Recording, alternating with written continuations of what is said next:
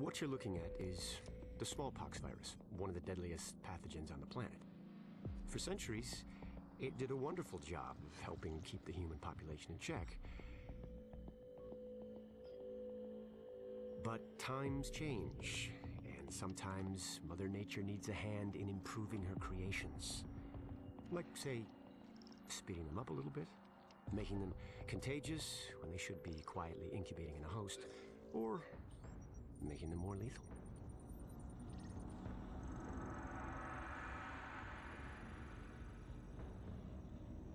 I didn't come up with the approach on my own. My friend Vitaly is one of the pioneers in the field, and the idea has been around for years. Genome as data. You see, once we digitized DNA, we made it infinitely mutable. We could do 1,000 virtual variations in the time it used to take to grow a 1 lab-grade generation of pathogens. And we could pick the best, most lethal combinations and make them real. That's how you make a killer virus, you see. Mix in genetic code from other diseases, and you move the sliders all the way up on lethality and virulence. The goal was a 90% mortality rate. I'm not sure my green poison is going to quite hit that, but honestly, that's just details. As long as most of humanity goes, the Earth stands a fighting chance. Technically, technology is what's killing the planet. But that's not really the case. It's the greed that drives the technology. But a funny thing happened on the way to $100 genome maps and 3D printed plastic toys. Someone figured out those technologies could be repurposed, modified for the greater good. Me. Now, my virus is going to do what nature's always done. Decide who lives and who dies. And if nature decides I die, then I die.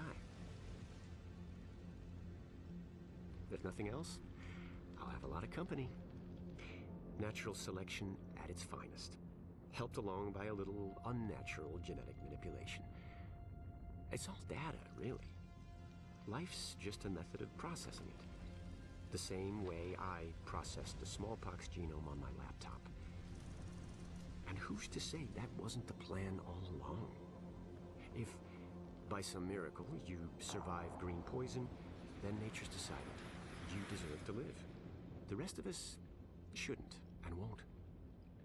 Godspeed. I'll see you in hell. How cool of a cutscene was that? What is going on, guys? It is your boy Rez, and the Division is finally here. I've probably spent the past 4 days cooped up inside doing everything there is to do in this game. Despite Ubisoft having their notorious name attached, they didn't manage to fuck this up. Despite the launch day bugs, the server going down for half an hour at the very beginning, it shot right back up. I think Massive Entertainment has done an amazing job with this game, and I could not be happier. What you're going to be watching in this video is basically just me playing the story mode, a little bit of the PvP world, showing you the Dark Zone, and then finally showing you where I am at currently in the game and probably the best build to have. And what I actually really kind of want to do is touch on the difference between this and Destiny, because I know there's a lot of comparisons being made. And there's a lot of talk of this being the new Destiny killer because of how terrible Destiny was executed. So I kind of want to get into that and a little bit about the game. And so let's just jump right into it. So first off, the gameplay is amazing. For it being a third-person tactical shooter, the controls are pretty fluid.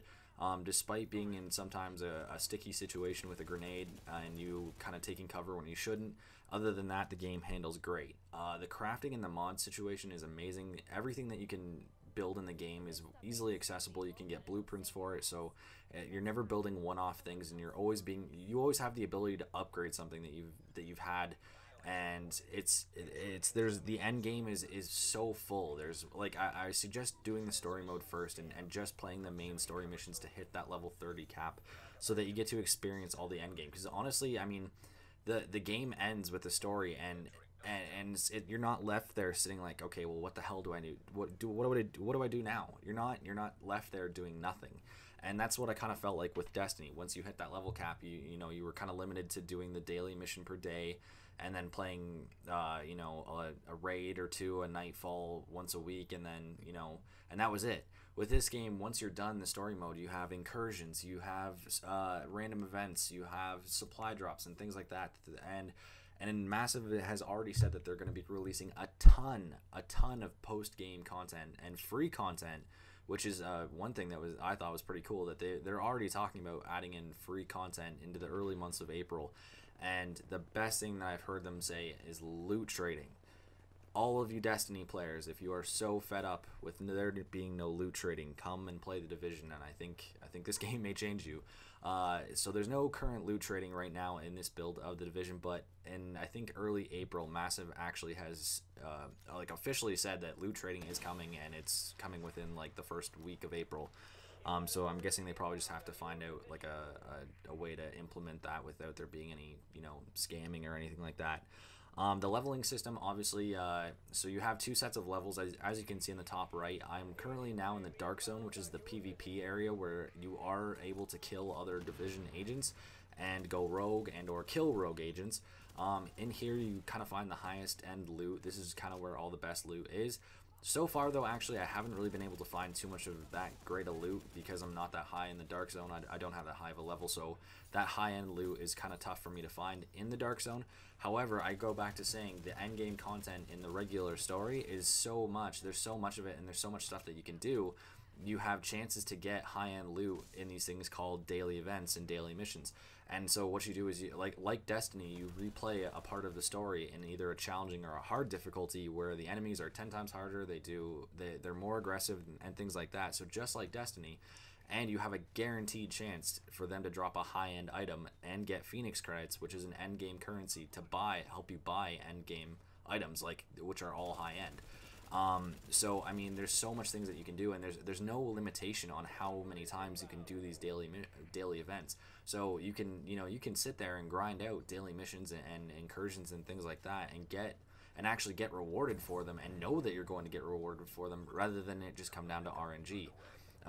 Now I say that, and there's no guarantee that you're going to get something that was better, but there's always a guarantee that you're going to get a high end or an exotic, as I probably heard 25 people call them, because they've all come from Destiny and knew that this game was very similar to the end.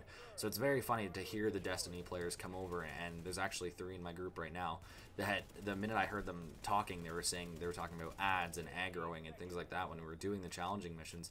And it's just funny because I feel like Destiny players look at the Division and say, I think this is what Destiny could have been, and I think the idea to delay the Division that extra year was kind of so that they could look and see and critique what Destiny had done wrong and improve on that.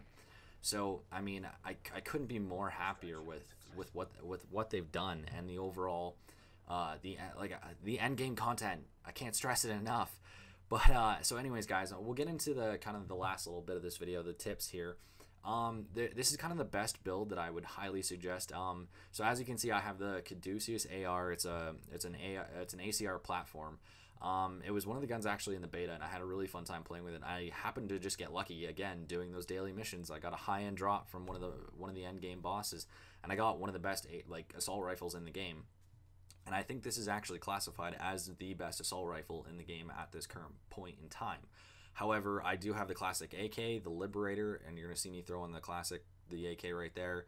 And you're going to see the Liberator in a second too, I believe. And so basically, what you want to run, I find is probably the best loadout, is go with an AR and then either have a marksman rifle or a submachine gun, depending on the situation that you're in. Obviously, depending on the mission, you're either going to want a marksman rifle or a submachine gun. But this right here actually is something I want to bring up. The Vector 45, this is a gun that you can only purchase at the special weapons vendor that only comes at the end of the game. So once you hit level 30 and all of your wings and your base of operations are complete, you unlock this new vendor that sells you really super high-end gear that's really good. And so far, the Vector is the best submachine gun in the game after another high-end got patched. Also, if you complete the story mission again, you get this gun. This is called the Damascus. It's a pistol. You get the blueprints for this gun, so you have unlimited chances to kind of make this gun. So when you get a blueprint for a gun, you have infinite chances, as long as you have the crafting material, to try and make the gun and try and get the best possible, talents and perks and things like that. equipped to the gun and get the highest possible damage out of the gun. And so, as you can see, you saw the Liberator earlier. That's also one of the guns, one of the blueprints that you can buy from that advanced weapons vendor. So, I mean, there's really, they're definitely trying to get you into the point where you can have that kind of high-end gear. And they're not leaving it up to a random number. They're not leaving it up to, you know, you just getting lucky and getting all of the high-end drops and things like that. Where I thought with Destiny, that was the most painstaking thing ever. After doing a 2-hour-long raid, and then end up getting something that you've already had before, or something terrible.